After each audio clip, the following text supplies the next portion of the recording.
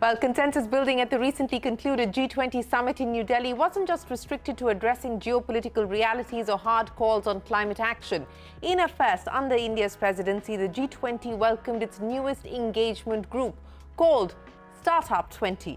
Catalyst of innovation-driven growth, job creation and economic recovery, the G20 startup ecosystem was given its own table, and rightly so. Home to over 850,000 startups and more than 1,500 unicorns combined, the G20 nations form the world's new economy powerhouse. But the proverbial valley of death with a high chance of mortality rate remains a reality for startups, and the ongoing funding winter is an example of how young companies need support to survive through tough economic conditions. And so unlocking startup finance emerged as a key priority, and the New Delhi declaration has set an audacious target of raising the G20 investment in the global startup ecosystem to $1 trillion by 2030. But funding is only one of the challenges that young founders face in the globalized world today. The Startup20 communique, crafted by India with representatives of other G20 nations, clearly states there is very little harmonization in terms of policy framework, regulatory legacy and market maturity within the group. Problems with domicile, taxation, cross-border listings and investments. The list is long and complex, by cyborgy artificial intelligence and cryptocurrency. Having said that, I must appreciate India's push to help startups with a corporate governance framework to create a sound foundation for enduring businesses. Hello and welcome to Young Turks, India's longest running show on startups and entrepreneurship. I'm Shereen Bhan, and joining me on the program today to take the discussion forward, Chintan Vaishnav, the chair of the Startup20, an engagement group under India's G20 presidency aimed to strengthen the startup ecosystem. Chintan is also mission director at the Atal Innovation Mission. We also have with us Rajat Anandan, managing director at Peak 15 Partners, and Debjani, Ghosh, president of NASSCOM. Debjani, gentlemen, appreciate you joining us here on CNBC-TV18. Chintan, let me start by talking to you about the implications, the impact and the significance of the G20 Startup Engagement Group. Through the year, there have been several meetings, starting with the meeting in January that took place in Hyderabad, and then you had meetings in Sikkim, you had meetings in Goa, in, of course, Haryana, Bangalore, and putting together this global startup framework, which is now part of the New Delhi Leaders' Declaration. The implications of this. So, as you know, structure drives behavior, right? And what this inclusion of the Startup20 group into the G20 architecture does is it changes the structure forever, so to say. Until now, there used to be only one group that represented businesses on the private side of the G20 architecture, namely the Business 20, the B20 group. But much of what discussed was about large corporations. This is the first time we've created a structure that will endure and represent the SMEs and the startups, which are the small, nimble, innovative, agile. So this is in that sense, a significant departure from the past. A significant departure from the past. Rajat Anandan, let me come to you, because you were part of the engagement, the many exercises that were underway through the course of the year. You were a co-chair on the finance track specifically. Now, Rajan, let's talk about what this actually means in practice and in practical terms, because if you take a look at the startup ecosystem, it's very different across different markets, different geographies, different economies. India at its own maturity level, different economies at a different stage. Now, at a practical level, what will this come down to, Rajat? Yeah, thank you, Shereen, for having us. It's great that you're covering this as part of Young Turks. So, Shereen, I think, look, basically what this will hopefully do is create sort of a much higher level of awareness, appreciation, and also commitment from every government in the G20, in each of the G20 nations, right, to focus on startups. India is the third largest startup ecosystem, as we know, and actually the Indian government has been very focused on startups over the last 7-8 years. But that is not the case with most of the G20 countries. In fact, one of the most interesting pieces of data that we looked at was startup funding in each of the G20 countries compared to their respective GDPs, right? And the funding, the annual funding in startups, just as one data point, varied from 0.1% through over 1%. There was only one country in the world where startup funding as a percentage of GDP is over 1% for more than 1 year, and that was the US, where consistently for many years they've been funding their startup innovation ecosystems, right? So there's a dramatic variation, and I think a large part of that is because there's still a lack of understanding of how important startups are to driving innovation, which over time leads to better livelihoods, to better employment, to more investments, and so on and so forth. So I think the single biggest thing this will do, again, as Chintan mentioned, this is the beginning of the journey. We're very fortunate that Brazil, which takes over the presidency from India, will continue this, will over, I think, several years, will create a much higher sense of urgency, a much higher level of awareness of the importance of startups to every single nation in the G20, and over time, obviously, every nation around the world, of how important it is to cultivate a vibrant startup ecosystem. And in India, for instance, 1% would, basically by 2030, by the way, the number is, it's 1% of GDP going into startup funding in every nation by 2030, right? So, and that number works out to $1 trillion per year in startup funding by 2030. And in India, that number would work out to about $50 billion per year, by 2030. So these are very material, and that's about a 3x increase from where we are in 2023. So if you look at where global startup funding, Shereen, will end up this year, we'll end up at about 350 billion, which is roughly where we were before we saw the big exuberant spike in 2021 and early 2022. So we are pretty much, what we'd like to see across the G20 nations is go from 350 billion ideally to about $1 trillion by the end of the decade.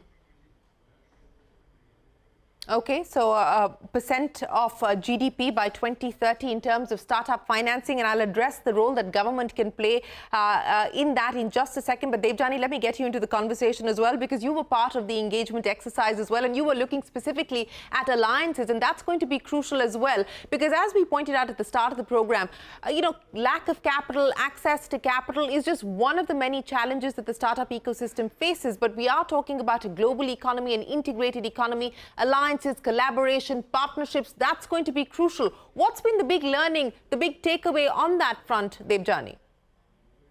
Shereen, before I answer that, just a quick one. Before we even started work on the preparing for the S20 summit and deliberations, Chintan had actually got a few of us together to just think through what do we want as the key outcome of the summit. Of course, we wanted continuity. We wanted Brazil and whoever next to keep keeping this focus alive. But I think the key thing we wanted to do as a group was ensure that every single government realizes that startups today are no more good to have, but they're a must-have for countries from an economic development perspective. Because if you can change that narrative and if you can make startups, if you can make governments realize the importance of startups as its engines of economic growth, and I'm so glad that the leaders' deliberation actually called out, they used those words. I think that was key, and I think kudos to the entire team. I think that was achieved to a very large extent.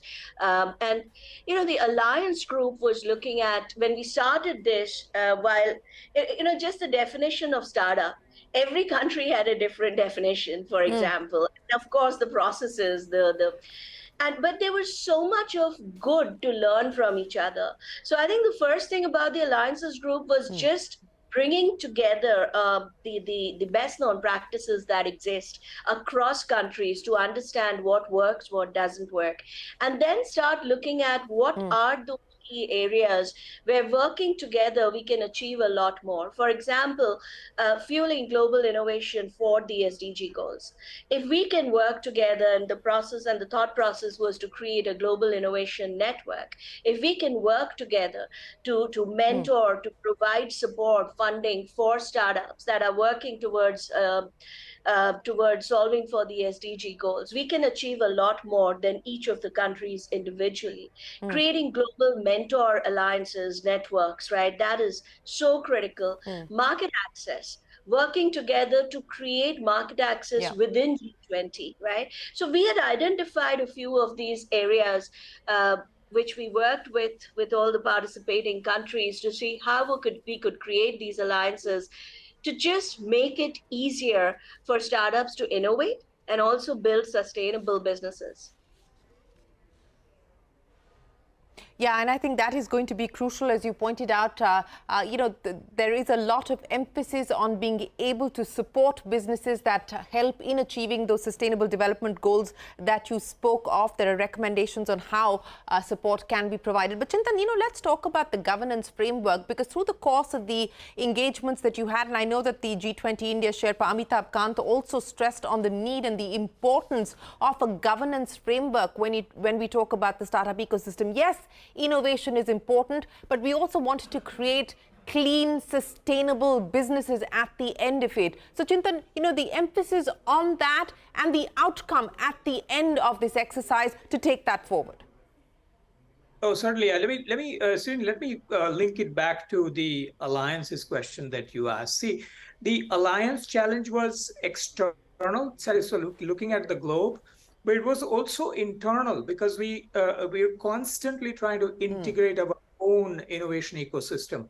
And I think one of the things that we did, which had some very unexpected outcomes, and that comes to your point about governance, was when we had a draft communique, we had put it out for public consultation. There were close to about 40 plus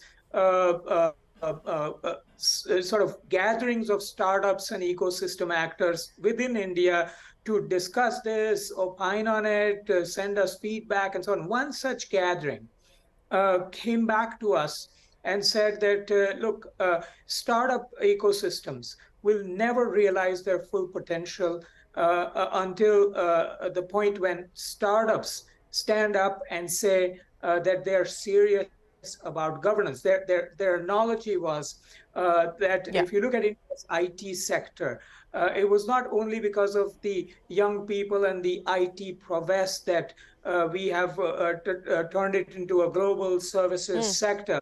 It is because we told the world that we are serious about governance. Their IP and their work will not be lost here.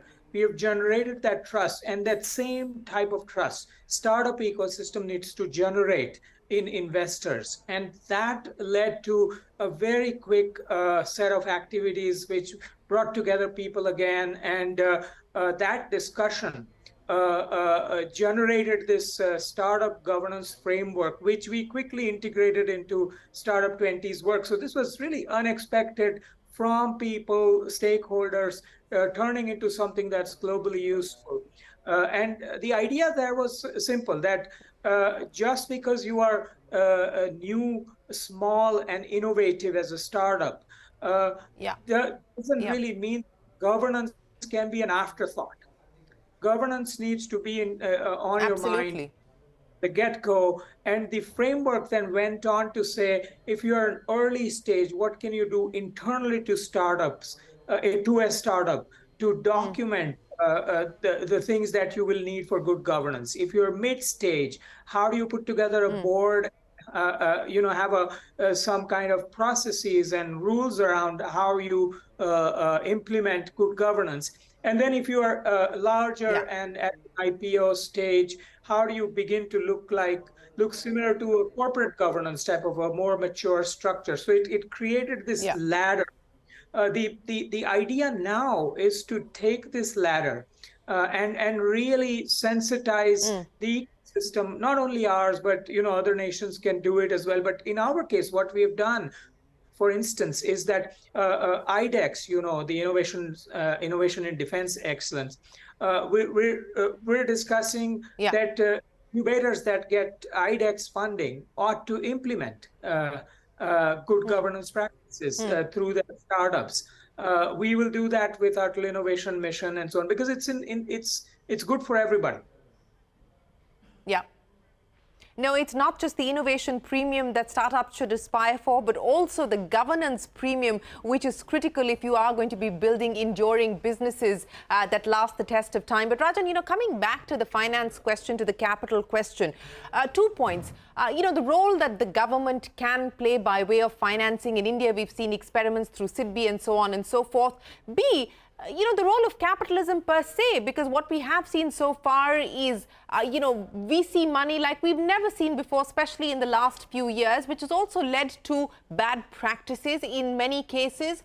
So the lessons from the experience of the role that the government can play, the role that private capital can play as far as the startup ecosystem is concerned, what is it that you recommend going forward? Yeah, so I think on funding, one of the things, we looked at a lot of data as part of the Startup20 initiative, Shereen, and there were a couple of very interesting insights. One was percentages by GDP, but the other really interesting insight was of the $350 billion that will be invested into startups this year, 2023, that's the forecast, roughly speaking. About half of that will go into the US. Okay? So US accounts for 50% of annual startup funding, and roughly it's been at that even through 2021 and 2022. But what's even more interesting, Shereen, is over 75% of startup funding globally, the funds come from the US, right? So the US plays actually an extraordinary role, not just in their own startup ecosystem. If you look at India, for instance, right, over 90% of startup funding in India comes from outside of India. So I think that's very, very important. So in that context, I think it's very important for every government to step up to kind of fund startups in their ecosystem. And we think the approach that India has taken very successfully, which is to create, we started off with the 10,000 crore fund of funds to invest in local fund managers who would then go on to invest in startups. But today, actually, what's very interesting, Shereen, is if you look at across SIDBI, SBI, and several other funds that have been created, India today has over 50,000 crores of capital that is committed to invest in local fund managers who are going to invest in startups, right? So I think that's one clear role the government can do. I think the second is, basically policies that both encourage domestic capital. So for instance, encouraging institutions like the banks, the insurance companies, even the Provident Fund, for instance, to invest in venture funds, right? That could be second. And then encouraging individuals. So, as many of us in the startup ecosystem know now, for many years, we've been trying to sort of encourage the government to equalize the tax rates, for investors. Today, if you invest in public equities, which are a lot riskier than, let's say, startups, you pay a lower tax on public equities, right? So there are a bunch of policies that governments have to shape to encourage both domestic investment as well as global investment into their respective ecosystems. And the last one would be major changes. For instance, enabling one of the recommendations or one of the elements we had in the Startup20 policy communique is to enable G20 countries to list their respective startups freely in any other market. So imagine if a startup in Saudi could list on the Indian exchange. Similarly, a startup in India could list on NASDAQ or on UK exchanges, right? So I think there are a whole bunch of things that can be done by governments.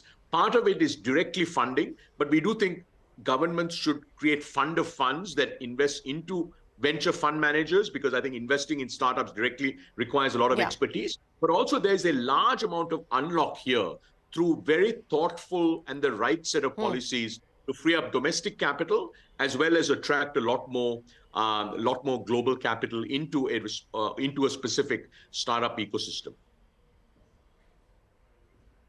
Absolutely. And speaking of specific recommendations, Debjani, let me address 2 of the 5 focus areas that the Startup20 task forces gave their recommendations on: building for inclusion, because you alluded to that, and scaling for sustainability as well. From a policy perspective, and tangible next steps, what is it that you would like to see being taken forward on both these?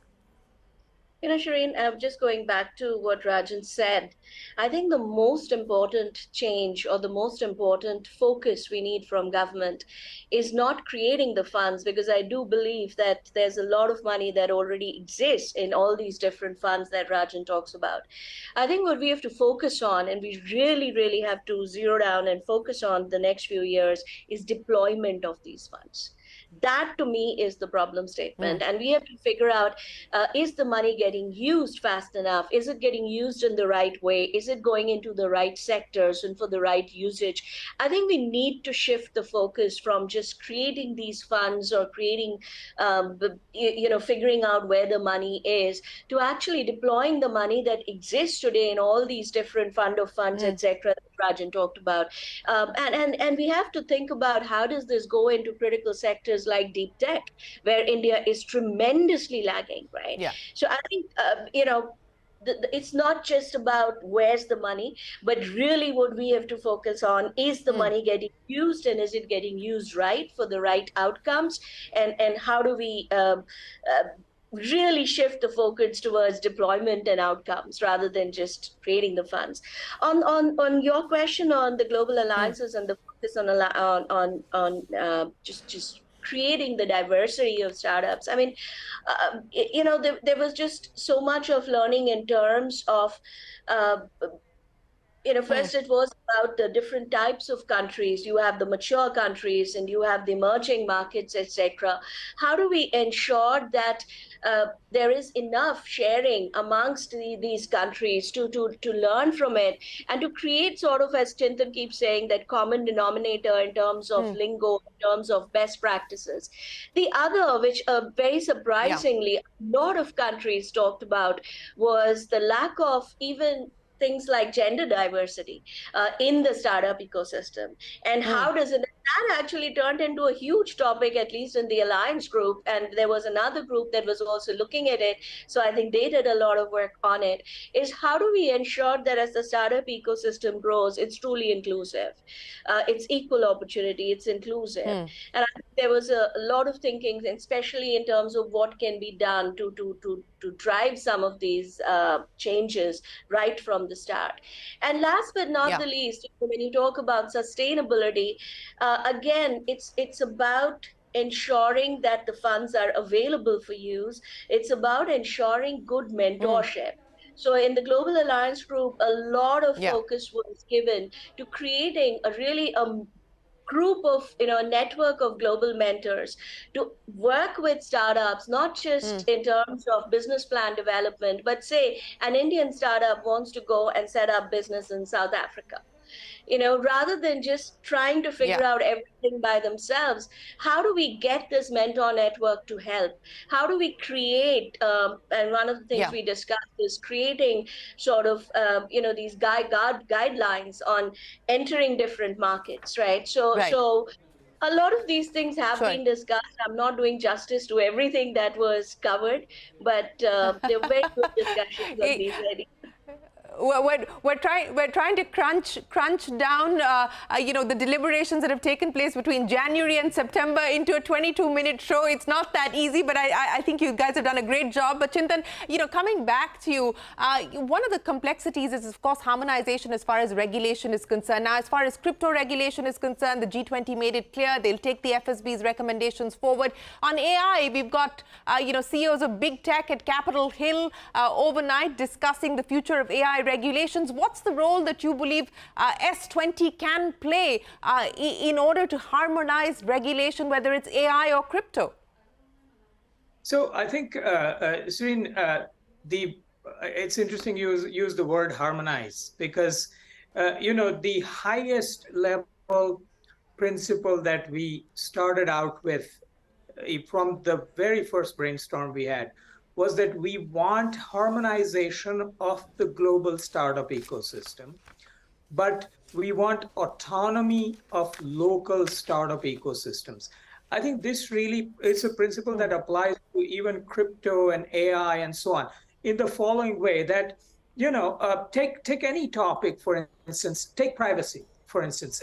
Privacy is framed as a commercial a commercial paradigm in United States regulation, right? It is framed as a right and a far more precautionary paradigm in the European regulations. It is framed as very progressive in the Indian context, in that we want privacy as a right, but we don't want to quash innovation in the name of privacy.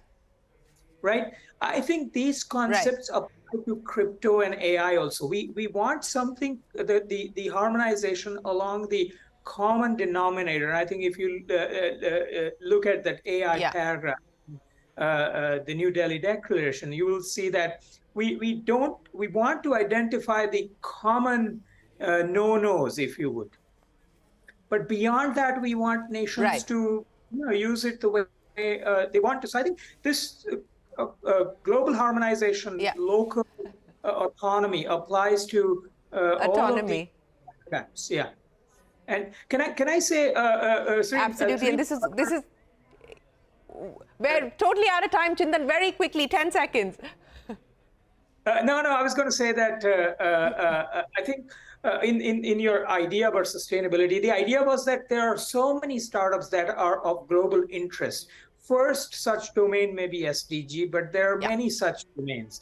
We want a mechanism to be able to identify them and scale them globally, and that's what we were trying to articulate in the communique. Well, Chintan, Rajat and Debjani, we've got the conversation started here on the role, the relevance of the S20, and I promise you we will keep checking in with you on the execution and the roadmap that's been laid out to follow through on the recommendations that have come in from the S20 as Brazil takes over the presidency and takes this forward. But for this evening, Chintan, Rajat and Debjani, many thanks for joining us here on this special edition of Young Turks. That's it then on Young Turks. We'll take a quick break. We're back with you in a moment with a lot more.